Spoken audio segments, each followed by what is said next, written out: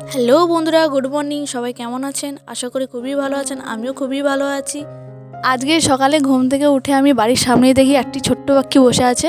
তো পাখিটিকে দেখে ভাবলাম পাখিটি কোথায় ছিল। তো কোনো কারণে হয়তো তার মা ছেড়ে গেছে এখন। তো তাই জন্য বাচ্চা পাখিটি খুবই ভয় পাচ্ছিল। তো পাখিটাকে দেখে, আমি পাখিকে খুবই ভালোবাসি, তো পাখিটাকে দেখে আমি একটু আদর করলাম, একটু খেলাধুলা করলাম, একটু মজা করলাম। তো ও তো ভয়ে খুবই কাঁপছিল, ওকে আদর করছি, দেখতে পাচ্ছেন।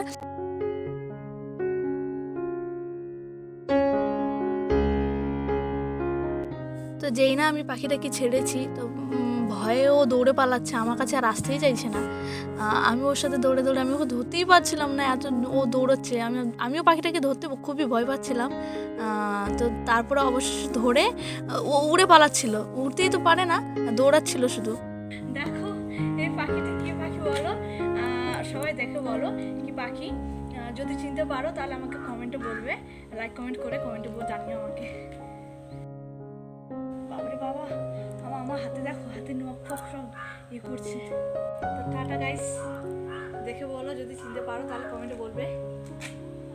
নখগুলো হাতে বসাচ্ছে আমার।